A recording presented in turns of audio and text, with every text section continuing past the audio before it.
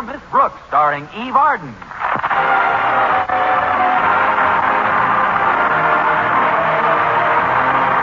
time once again for another comedy episode of Our Miss Brooks, written by Al Lewis. Well, many of us find it extremely difficult to get up early every morning, but our Miss Brooks, who teaches English at Madison High School, has been doing it for years. Yes, and I've learned one thing about early rising that's helped me immeasurably. Once I jump out of bed, close the window, and do my setting up exercises, there's only one more thing I want to do, and that's to get right back in bed again. Last Friday morning, though, I was up and almost dressed by the time my landlady knocked on the door.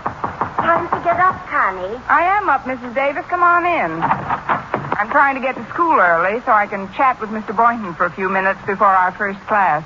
Is Mr. Boynton still as unapproachable as ever, Connie? I guess so, Mrs. Davis. But you know something? During this past week, I've gotten closer to him than ever before. Really, dear? How did you do that? I've been wearing my sneakers to school.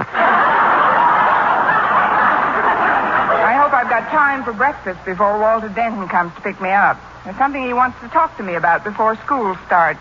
Well, he can talk to you at breakfast, Connie. My goodness, you've got to keep your strength up some way. We both know you don't get enough sleep. Well, I didn't last night. Minerva slept in here with me, and she was very restless. I don't know what's the matter with that cat lately. Between you and me, Connie, I think she's got something. Between you and me, I think she's got several.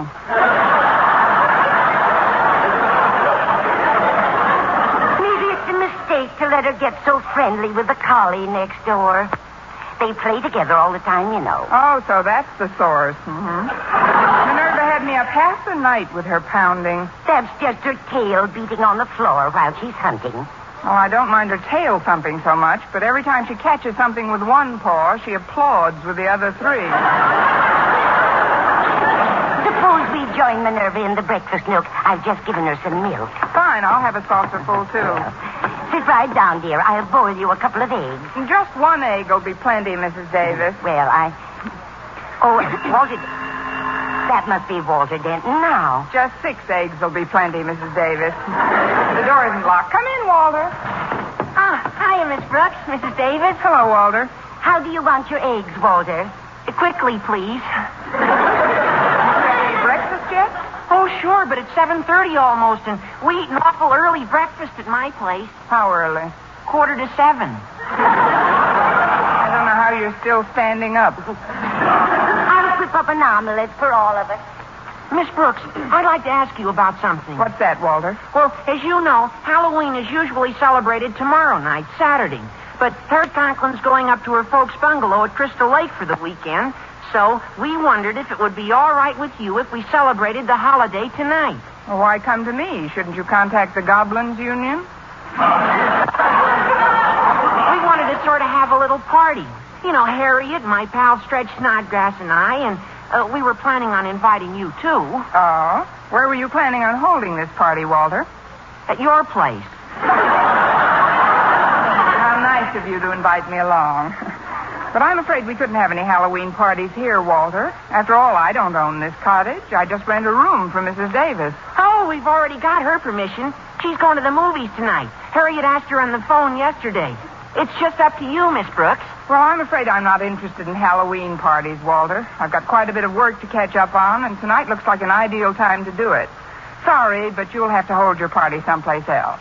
Gee, Miss Brooks, Harriet and Stretch will be awfully disappointed. And so will Mr. Boynton. Mr. Boynton?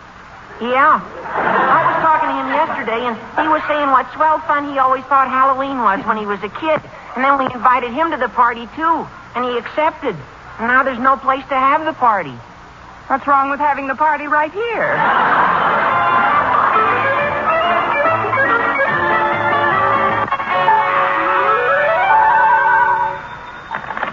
Hello, Principal's office. Osgood Conklin himself speaking. Hello, Osgood. It's me, Martha. We've been married 18 years, woman. I know your name.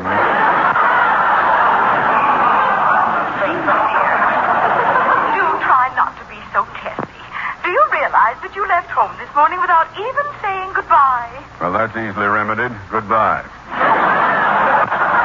Wait, Osgood. I just called to remind you about your doctor's appointment He said he wanted to see you before we go to Crystal Lake tomorrow. I am well aware of that fact.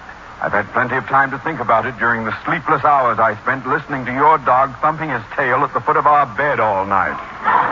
But Prince was so lonesome, dear. After all, we've got each other. He's all alone. Well, he wasn't alone last night. I never heard such scratching in all my born days. What's he got, anyway? Well, he can't possibly have anything, dear. You know he doesn't play with other dogs. In fact, he would have died of loneliness last week if I hadn't taken him over to Mrs. Davis's to play with her cat, Minerva. Well, you've got to keep him away from me. My blood pressure is higher than it's been in years.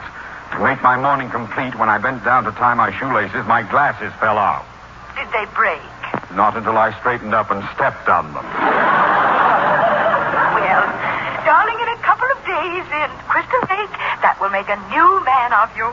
Now go down to the doctor's and get a nice sedative to take with you. Very well, Martha. It's a good thing I have an extra pair of glasses with me, or I couldn't find my way to the door. Now, whatever you do, Osgood, don't break those. Thank you, my dear. I think that's sterling advice. Goodbye. It's later than I thought. I'd better hurry. So you see, Walter, if we all meet in the cafeteria at lunchtime, we can make the plans for... Oh! Good. Miss Brooks, I presume. Oh, I'm terribly sorry, Mr. Conklin. I didn't see you coming. Oh, dear, I seem to have broken your glasses. Do you have another pair? No, Miss Brooks, I haven't. But perhaps I could get you a long stick and let you smash the windows in my office. You seem to be in quite a hurry, Mr. Conklin. Could I maybe take you somewhere? Who is speaking? Hey, it's me, Walter Denton. Your daughter Harriet's dreamboat. My daughter, Harriet's... I'll talk to you later, Miss Brooks. Denton, pick up that shattered glass. Yes, sir. And what should I do with it, Mr. Conklin? Eat it, you lame-brained dunce! Gosh, Mr. Conklin's sure in a bad mood today. He looks pretty purple, doesn't he? Even for him. He certainly is excitable. Hi, Walter. Oh, hello, Miss Brooks. Hi. Hello, Harriet. Did you run into Daddy yet this morning? It's in the hands of the insurance company now. His temper's pretty miserable today. Yes, I know. Poor Daddy's been depressed all week long. I don't know what it is. We all try to please him. What he needs is some recreation and diversion. Say, I have an idea. What is it, Miss Brooks? Well, instead of my place tonight, why don't we have our Halloween party at your house, Harriet? That way we could surprise your father and cheer him up a little bit. Wonderful. Miss Brooks, you've done it again.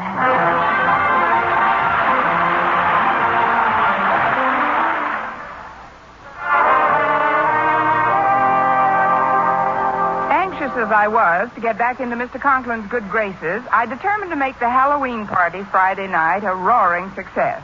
I had asked the kids to meet me in the school cafeteria at lunchtime, and the first one to show up was Madison's star athlete, Stretch Snodgrass.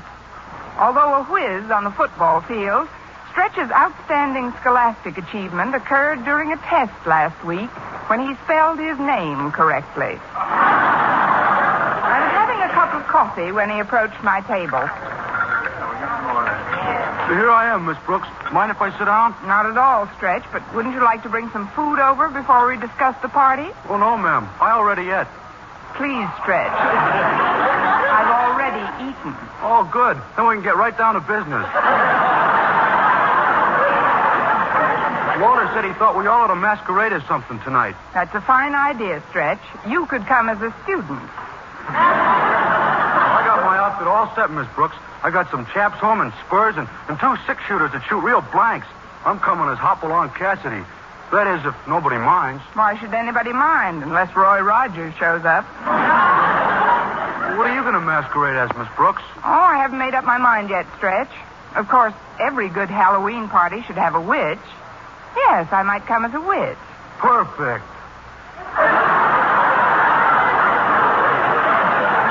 Don't sound so enthusiastic. Pretty short notice to get a costume made, and I may not... Why go to all that trouble?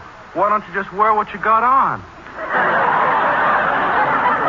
he is, I'll have to slug him. Now, let's stretch. Hey, Miss Brooks, Stretch. Well, things are sure shaping up. Look at these swell noisemakers I bought this morning. When did you find time to get all this junk, Walter? I sneaked out of one of my morning classes. Walter, you didn't. Well, it was important, Miss Brooks. Besides, there's no harm done. Nobody even noticed I was gone. That's what I like, a nice observant teacher. Oh, it wasn't the teacher's fault. You were facing the blackboard at the time. Hey, look at this horn. It's got a siren in the mouthpiece. Listen. Please, Walter, you're in the cafeteria. So what? One more blast like that, and the beef stew will pull over to the right. Now, tell me, how are you going to the masquerade? I got a terrific idea, Miss Brooks. I'm just going to put on an old sheet. Do you think Mr. Conklin will get a kick out of me as a ghost? If he thought it was on the level, it would add 10 years to his life. Well, what are you coming as, Miss Brooks? I haven't quite decided yet. Any suggestions? Well, just one. I don't want you to think I'm being fresh or anything, but, this is going to be a Halloween party, and, I'd be glad to furnish you with a broom. I guess I'm a natural for it. Look who's coming over. Oh, it's Mr. Boynton. Hello, Mr. Boynton. Hello, Walter. Hello, Mr. Boynton. Hello, Stretch. Hello, Miss Brooks. Hello, Mr. Boynton. Goodbye, Walter. Goodbye, Stretch. We ain't going nowhere. Stretch. Don't you know the old expression, two's company, three's a crowd? Oh, sure I do. But there's 4 of us. Come on, Stretch. We gotta help Harriet figure out a costume for tonight. See you later, folks. Yeah, see you later, folks. So long, boys. Well, Miss Brooks, I think it's a splendid idea you're giving this little surprise party for our principal tonight. It should do him a world of good. It should do us a world of good, too, if he brightens up a bit. What kind of an outfit do you think you'll wear, Mr. Boynton? Well, I've got a skeleton costume home that I used to have quite a bit of fun with in my college days. It's just a black, tight-fitting garment with a bunch of bones hanging on it. Bones? Yes, they're treated with a phosphorescent paint that makes them glow in the dark. It's quite a startling effect, the more so since I gathered the bones when I was an anatomy student. From anyone I know? I don't mean to dwell on it, Miss Brooks, but I find bones a rather fascinating subject, don't you? That depends on what they're wrapped up in. Yes.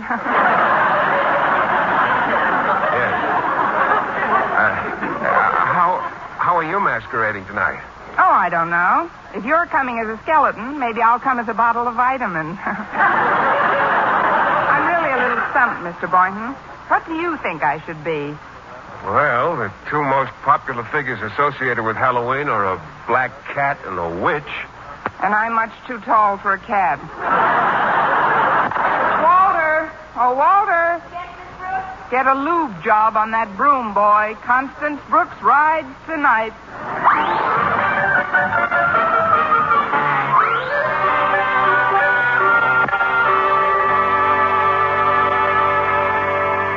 I'm glad we're going away in the morning, Martha. Dr. Benson told me I'm very close to the breaking point. Yes. Of course, Oscar. Don't shout so. He said that some of my trouble was caused by my blood pressure, but that part of it was due to an overactive imagination. He wants me to be calm, relax more. I'd like to see him relax with that recurring dream I've had. You mean the one where the ghost visits you at night? Yes. Only the last couple of times it's gotten worse. Instead of a plain ghost, I've been getting one with Walter Denton's head on it. Really, Osgood, I just don't know what you've got against that poor boy. Harriet's very fond of him. Then she should see a doctor, too. Where is she, Martha? Well, she's in her room, dear, getting dressed. She said something about a party tonight. Parties. It's all kids nowadays think about. Well, there won't be any parties at Crystal Lake. There won't be any nightmares either. Why, Martha, do you realize that while I was sitting in the doctor's office today, I saw a bulldog by his desk? A bulldog? It was the shadow of his umbrella stand. But I almost jumped out of my skin before he explained it. Things like that happen to people every day, Osgood. Not to me, they don't. At least they'd better not. How do you think the Board of Education would like it if they thought one of their principals went round seeing bulldogs? Just don't mention it to anyone, darling. Now I'm going to get you a glass of warm milk, and you stay right comfy in your chair till I get back. You're very well. Yes. That thing looked like a bulldog. Martha's right, though. I'd better not mention it to a soul.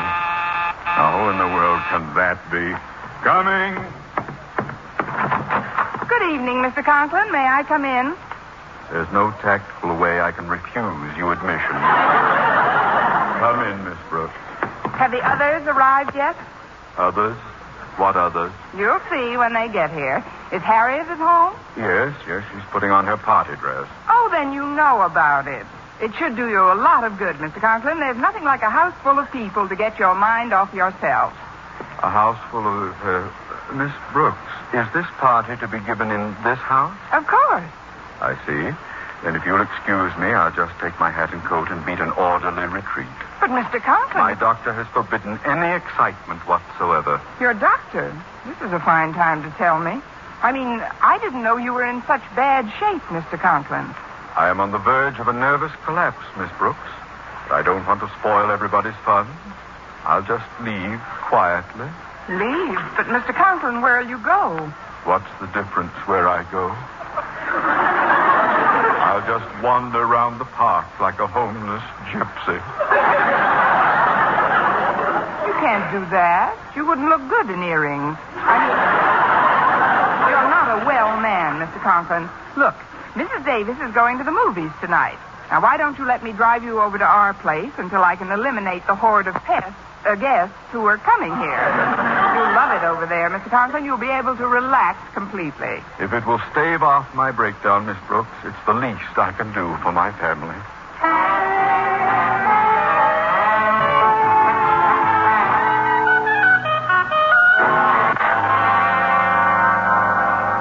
Brooks left right after dinner, Mr. Boynton. I guess she forgot to buy a few items for the party tonight. I'm sure she'll be right back. Fine. Swell. This way our surprise will work out even better. Surprise? Yes, ma'am. We thought we'd try out some of our Halloween tricks on Miss Brooks before we go over to Mr. Conklin's house. That's a wonderful idea. I hope I didn't scare you in my ghost outfit. No, I thought you were the laundryman. How do you like my costume, Mrs. Davis? My, you've lost weight, haven't you? This is a skeleton suit in honor of Halloween. Isn't that terrifying? And who's this cowboy with you? I'm Hopalong Cassidy, Mrs. Davis, but I'm really Stretch Snodgrass. I'd never have known. Well, if you'll all go into the house, I'm sure Miss Brooks will be delighted to see you. I've got to get down to the theater now. Oh, what movie are you seeing tonight, Mrs. Davis? Jolson Sings Again. Again? I saw it last week also. Have a nice time, children. What should I do with this bucket of water we're ducking for apples in, Walter? Oh, just put it down by the piano, Stretch. Now, I'll tell you what we'll do. Before Miss Brooks comes back, let's all hide somewhere so we can really surprise her. Good idea, Walter. Now, why don't you get behind that couch? Stretch, you hide behind the kitchen door, and I'll get into the hall closet. Great. And we'll all come out when I blow this whistle. Okay? Got you, Walter. Hey, look, out the window. Miss Brooks is coming up the walk, and she's got Mr. Conklin with her. Mr. Conklin? Oh, she probably wanted to get him out of the way while we were getting things ready at his place. So much the better. We'll surprise both of them at the same time. Now, first I'll put the lights out. Quick, let's get out of sight.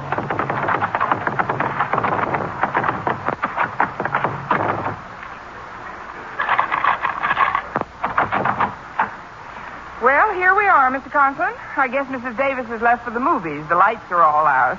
But it does seem quite deserted in here. I'll turn on this hall light so you can see to hang your things up in the closet.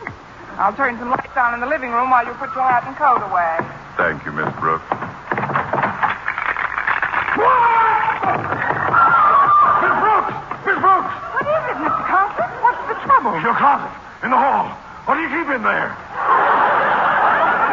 Just my coat, Mr. Conklin. I see. Tell me, Miss Brooks, is it a long black coat with luminous bones?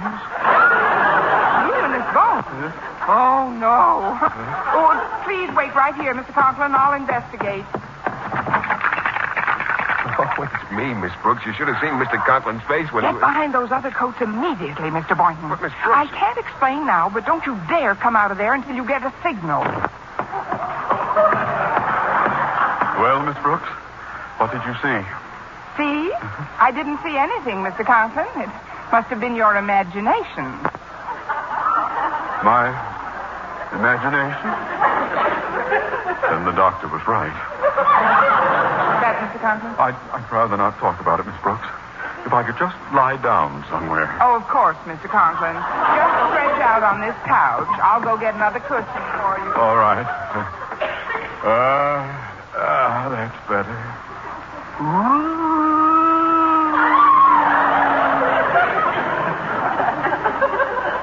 I must be quite a sick man.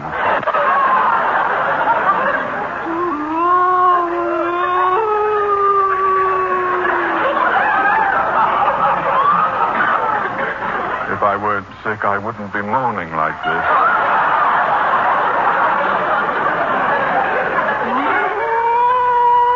On the other hand, it's better than trying. What am I saying? I'm not the one who's moaning. I've returned. I've come back. Who's there? Where are you? Look behind you. Behind the couch. Behind the... Mr. Conklin, are you all right? What happened? Miss Brooks, how long have I been asleep? Asleep? Yes. You just hit the couch, Mr. Conklin. Which reminds me, maybe you'd better see a good psychiatrist. This screaming of yours can lead to something dangerous. Just do me a favor, Miss Brooks. Look behind that couch. Certainly, sir, if it'll make you feel any better. But I assure you there's absolutely nothing behind this couch. I'm sorry if I startled you, Mr. Conklin, but my cat Minerva's back here. With a sheet? She was making her bed.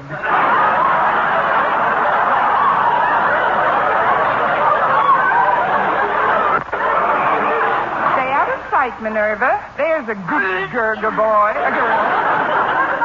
If you don't mind, Miss Brooks, I'd like to take a couple of pills my doctor prescribed. May I have some water, please? Certainly, sir. If you've got an extra pill or two, I'll be happy to join you. Just sit right here, Miss Conklin. I'll go into the kitchen and get some water. No, on second thought, you'd better come with me. I don't want you to get nervous again. Yes, I think you're right, Miss Brooks. Doesn't do for me to be alone lately. Now, where's that light switch? Well, dog bite cats if it ain't roundup time.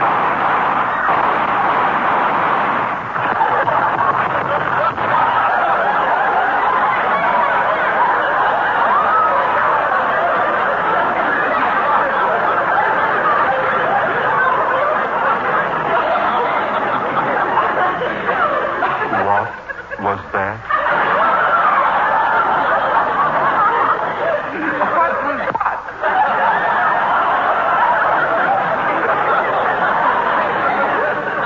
Miss Brooks, do you mean to tell me I've actually taken leave of my senses? Oh, it isn't a real leave, Mr. Conklin. You're just on a weekend pass. Oh, lots of people get temporary hallucinations. Maybe we'd better go back to your house. Yes, at a time like this, I suppose I should be near my loved one. Happy Halloween, Mr. Conklin. Look, it's me. Denton, how did you... What's this? It's just my coat coming over. Get back to the closet. It's me, Mr. Conklin. I'm a skeleton, see? Look at me, Mr. Conklin. I'm Hopalong Cassidy, and I'll plug the first hombre that makes a move. Snodgrass. Oh, stop that! I must control myself. What's wrong, Mr. Conklin? You don't seem to be enjoying yourself. Yeah, you act all jumpy and funny. Gosh, Miss Brooks went to a lot of trouble to get this thing organized. Walter, please. Oh, Miss Brooks organized it, did she? Sure, she planned the whole thing. She deserves every bit of credit. Well, she's certainly going to get it. Miss Brooks, I want you... Miss Brooks, get your head out of that bucket. This is no time to be ducking for apples. Who's ducking for apples? I'm trying to drown myself.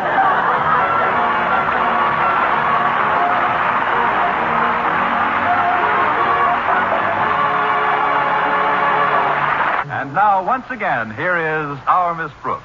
Well, Mr. Conklin was so glad to find out that the things he thought had been happening to him had been happening to him that he excused us all and hurried home. Shortly afterwards, I excused Walter and Stretch, which left just Mr. Boynton, the parlor sofa, and me. Well, here we are, Miss Brooks. You know, with that lamplight shining on your hair, you're absolutely, well... Yes, Mr. Boynton? Yoo-hoo! Yoo-hoo, folks. What's that? Look, at the window, it's Mrs. Davis with a pumpkin head. Just what I needed. Happy Halloween, Connie. Trick or treat. I've got a trick, Mrs. Davis. Here's 60 cents. Treat yourselves to Jolson Things again. Be sure to listen to Mr. and Mrs. North Tuesday evening over most of these same stations. And be with us again next week at this same time for another comedy episode of Our Miss Brooks. Bob Lepon speaking. This is CBS, the Columbia